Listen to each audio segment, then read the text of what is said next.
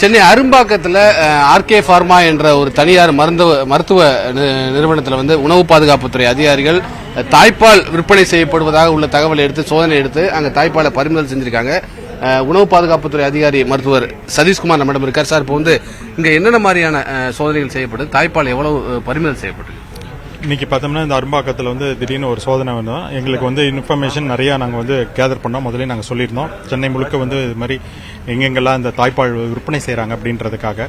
அதில் இது ஒரு கம்பெனியை நாங்கள் ஐடென்டிஃபை பண்ணோம். அந்த ஐடென்டிஃபை பண்ணதில் பார்த்தோம்னா இன்றைக்கி தாய்ப்பால் வந்து பார்த்தோம்னா இங்கே 3 வகையாக வச்சுருக்காங்க.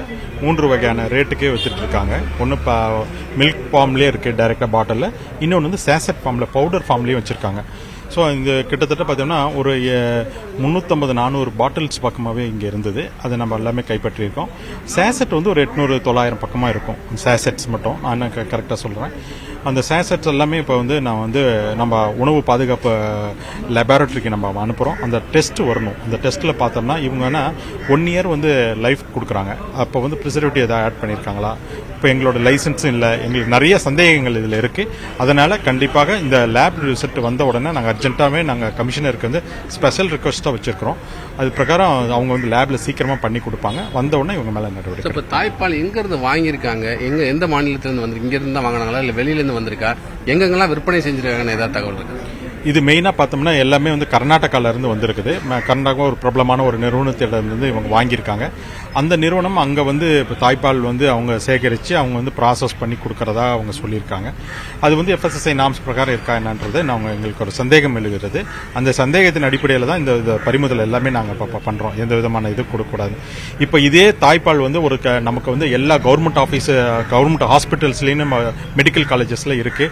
நிறைய இன்ஸ்டிடியூஷன்லேயும் வச்சுருக்கோம். அதெல்லாம் என்ன எப்படின்னா டாக்டர் பிரிஸ்கிரிப்ஷனோட எப்படி தாய்ப்பால் அவங்க தாய்கிட்ட இருந்து சேரிக்கணும், அது எப்படி மெயின்டைன் பண்ணுறது டாக்டரோட இதோட வேணும். இப்போ பார்த்தீங்கன்னா இங்கே ஒரு சம்மந்தமே இல்லாத ஒரு நிறுவனத்தில் ஏதோ ஒரு பாக்கெட்டில் போட்டு சம்திங் இன்னொன்று வித்துட்டு இருக்காங்க. அது வந்து கரெக்டாக இருக்குமான்றது எங்களுக்கு சந்தேகமாக இருக்குது. இப்போ ஏன்னா கவர்மெண்ட்டில் இப்போ கொடுக்குறாங்க, ஒரு குழந்தைக்கு தாய்ப்பால் வேணும்னா டாக்டர் வந்து பிரிஸ்கிரிப்ஷனில் இன்ஃபென்ட்க்கு வேணும். இப்போ NICUவில் ஒரு குழந்தைங்க இருப்பாங்க, அவங்களுக்கு வந்து ஃபீட் பண்ணுறதுக்கு வேணும்னா டாக்டர் கொடுத்தா தான் அந்த பேங்க்லேருந்து கொடுப்பாங்க. அது வந்து பார்த்தோம்னா ஒரு பைசா கூட கொடுக்கல் வாங்கல் இருக்காது.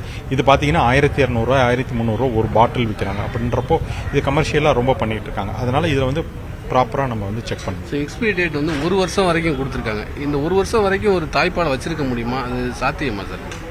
அதுதான் நான் சொல்ல, ப்ரிசர்வேட்டிவ் ஆட் பண்ணி நம்ம வைக்கலாம். அதுதான் நம்ம அந்த சந்தேகங்களை போக்குறதுக்கு தான் நம்ம லேபுக்கு நம்ம அனுப்பணும். வெதர் இட் இஸ் பாசிபிள் இல்லை வேறு ஏதாவது இவங்க மிஸ்லீடிங் பண்ணுறாங்களா, வேறு ஏதாவது ஒன்று நிறைய கேள்விக்குறிகள் நிறைய இருக்குது. கண்டிப்பாக இந்த ரிப்போர்ட் வந்து நமக்கு நிறைய பதில்கள் சொல்லும். ஸோ பொதுமக்களுக்கு இந்த தாய்ப்பால் குறித்து என்ன மாதிரி ஒரு விழிப்புணர்வு வேணும்? அதே நேரத்தில் பொதுமக்களுக்கு இது மாதிரி விற்பனை செய்வதா ஒரு தகவல் வந்தால் யாரிடம் தகவல் சொல்கிறது?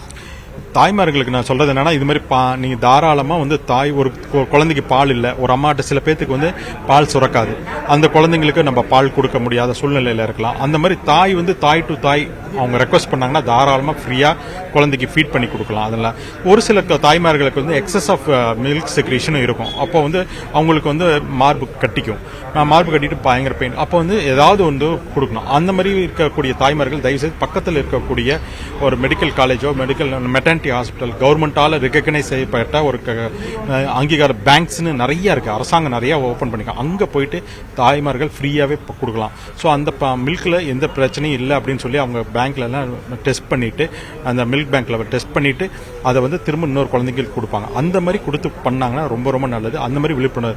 இந்த மாதிரி காசுக்காக குறுக்கு வழியில அவங்க வந்து யாராவது கேட்டாங்கன்னா உடனடியாக எனக்கு வந்து உணவு பாதுகாப்பு துறைக்கு வந்து எனக்கு வந்து கால் பண்ணி சொல்லலாம். அதோட நம்பர் பார்த்தீங்கன்னா 9444042322. இந்த நம்பருக்கு வந்து நீங்கள் தாராளமாக எங்களுக்கு ஃபோன் பண்ணலாம், மெசேஜ் பண்ணலாம், அட்ரஸ் பண்ணுங்க. இந்த இடத்துல இந்த தவறு நடக்குது, இவங்க வந்து காசுக்காக தாய்ப்பாலில் வந்து வித்துட்டு இருக்காங்க அப்படின்னு எங்களுக்கு ஒரு க்ளூ கொடுத்தீங்கன்னா போதும். நாங்கள் எங்களோட ஆப்பும் இருக்குது, ஃபுட் சேஃப்டி ஆப்னு போட்டிங்கன்னா கூட உங்களுக்கு டவுன்லோட் ஆப் இருக்குது. அந்த ஆப்பில் கூட நீங்கள் பண்ணலாம். இது வந்து தாராளமாக எந்த நேரம் வேணுமாலும் உங்களுக்கு வந்து எங்கள் உணவு பாதுகாப்புத்துறை அணுகலாம். இதில் அடுத்த கட்ட விசாரணை எப்படி இருக்கு சார்? அதே மாதிரி இந்த நிறுவனத்தின் மீது என்ன மாதிரி நடவடிக்கை எடுக்க வாய்ப்பு? இப்போ இருக்கிறது வந்து நான் வந்து இப்போ வந்து சீல் பண்ணி வச்சிருக்கேன். இப்போ அடுத்த கட்டி இப்போ நான் அர்ஜென்ட்டாக நான் வந்து அந்த லேப் ரிப்போர்ட்டை வந்து நான் சப்மிட் பண்ணியிருக்கேன் கமிஷனருக்கு. அவர் வந்து ப்ராசஸ் பண்ணி உடனே அவங்க கொடுப்பாங்க. அது வந்ததுக்கு உடனே அதுக்கு மேலே உண்ட மேலே இவங்க மேலே எந்த மாதிரி கிரிமினலாக இருக்கா, இது வந்து இந்த தாய்ப்பால் இவங்க வித்தது வந்து சேஃபா அன்சேஃபா அப்படின்றத வந்து முடிவு பண்ணணும். அது வந்துருச்சு அன்சேஃப்னு வந்துருச்சுன்னா கண்டிப்பாக இவங்க மேலே கிரிமினல் கேஸ் நடவடிக்கை பாயும். அதில் எந்த தவறுமே எந்த விதமான இதுவுமே வேண்டாம், சந்தேகம்.